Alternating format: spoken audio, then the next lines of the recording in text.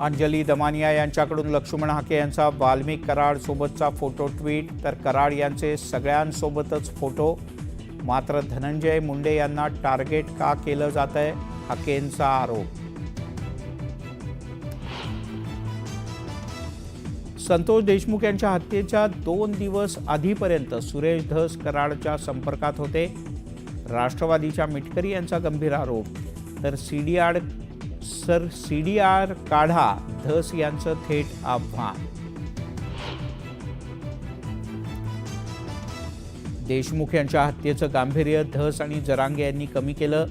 वजन 35 किलो आणि म्हणतो घरात घुसून मारेन. लक्ष्मण हाके यांचा जरांगे यांच्यावर हल्लाबोल.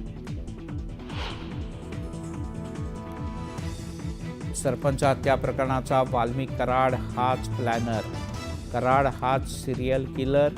आव्हाड यांची टीका. तर नैतिकतेच्या मुद्द्यावरून धनंजय मुंडे यांनी राजीनामा द्यावा, रोहित पवार यांची मागणी.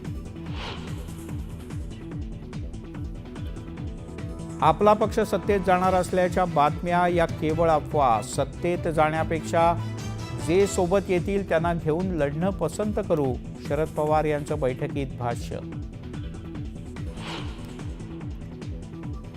शरद पवार यांच्या 7 खासदारांना सोबत घेऊन येण्याची सुनील तटकरे यांची ऑफर. सुप्रिया सुळे यांनी पटेलांच्याकडे तटकरे यांच्याबद्दल नाराजी व्यक्त केली. तर तटकरे यांच्याकडून आरोपाचं खंडन.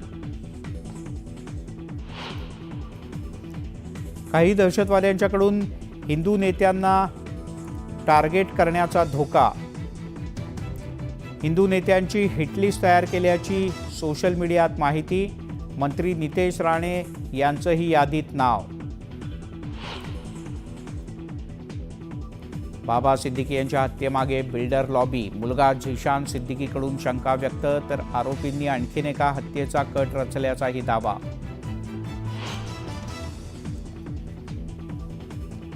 परभणीमध्ये सोमनाथ सूर्यवंशीच्या घरी 10 लाखांचा चेक घेऊन अधिकारी पोहोचले. सूर्यवंशी कुटुंबियांनी नाकारली 10 लाखांची मदत. दोषींवर कठोर कारवाई करण्याची कुटुंबियांची मागणी. शाळेच्या चेंजिंग रूममध्ये मोबाईलवर काढला व्हिडिओ. पुण्याच्या पाषाण भागातल्या नामांकित शाळेतला प्रकार. आरोपी शिपायाला बेड्या.